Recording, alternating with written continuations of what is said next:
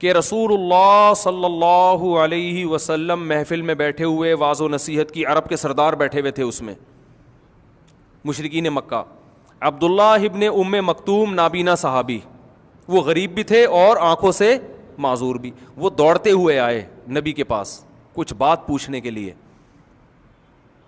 آپ صلی اللہ علیہ وسلم غضبناک ہو گئے کہ یہ محفل ہے اور اس میں یہ میرے پاس اس وقت کیوں آ رہے ہیں، اور آپ کے چہرے پر سلوٹیں آ گئیں.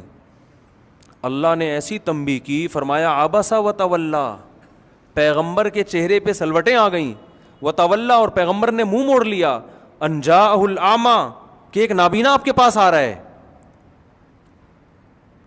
وما یدریک لعلہ یزکا او یذکر فتنفعہ الذکرى، فرمایا وہ طلب لے کے آ رہا ہے، یہ کم بخت طلب لے کے، ان کو تو آپ نے زبردستی بٹھایا ہوا ہے، ان کو تو شوق ہی نہیں ہے جنت میں جانے کا، ان کو تو حق کی تلاش کا شوق ہی نہیں ہے. تو جو بے طلب ہے، جس کو شوق نہیں ہے، انت لہ تصدی، آپ اس کی ہدایت کے پیچھے پڑے ہوئے ہیں. اور جو نابینا طلب لے کے آ رہا ہے، سیکھنا چاہتا ہے، آپ اس کو اگنور کر رہے ہیں، نظر انداز کر رہے ہیں.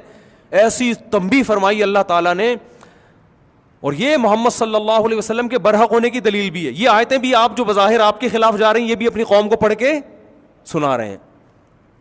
اس سے کیا سبق دیا جا رہا ہے؟ جس میں دین کی یا حق کی طلب ہے نا، اس کو پہلے فوکس کیا جائے گا. جس میں طلب نہیں ہے، اس کا نمبر دوسرا ہے. آپ ایک کلینک کھول کے بیٹھے ہیں علاج کے لیے، تو جو علاج کرانے کے لیے آئے گا ڈاکٹر، اس کا پہلے علاج کرے گا، یا جو نہیں کرانے کے لیے آ رہا زبردستی گھروں میں جا کے اس کو بخار کے ٹیکے لگائے گا؟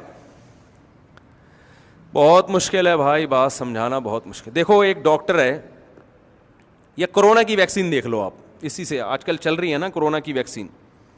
ڈاکٹر کو گورنمنٹ نے دے دیا بھائی 100 انجیکشن ہے آپ کے پاس. تو اب کچھ لوگ آ رہے ہیں ڈاکٹر صاحب کے پاس کہ ہمیں لگا دو. ڈاکٹر کہہ رہے ہیں نہیں، وہ جو ویکسین کے خلاف ہے نا، میں اس کے لگاؤں گا جا کے پہلے. جو کہتا ہے یہ یہودیوں کی سازش ہے، یا اس میں چپ چھپی ہوئی ہے، یا کیا ہے وغیرہ وغیرہ، اس کے لگاؤں گا. تو یہ یا تو ڈاکٹر بے وقوف ہے، یا اس کے کچھ ذاتی مفاد ہیں، اس کو پتہ ہے وہاں سے پیسہ ملے گا. تو دنیا میں تو یہ کسی حد تک ٹھیک اس لیے ہے کہ ڈاکٹر تو پیسہ کمانے کے لیے بیٹھا ہے نا، وہ کہے گا بھائی جو تگڑی رقم دے گا میں اس کو پہلے ٹھوکوں گا. لیکن آخرت کی دعوت میں یہ فرق کرنا کہ مالدار کو میں کوشش کروں گا دین پہ آ جائے تاکہ اس کی جیب سے ہدیے اور نذرانے ملا کریں، اور ایک موچی اور ایک گولے گنڈے والا وہ اگر نمازی بن بھی گیا تو کم بخت 5 روپے تو مسجد کے ڈبے میں یہ ڈال نہیں سکتا یا مجھے 5 روپے بھی یہ دے نہیں سکتا.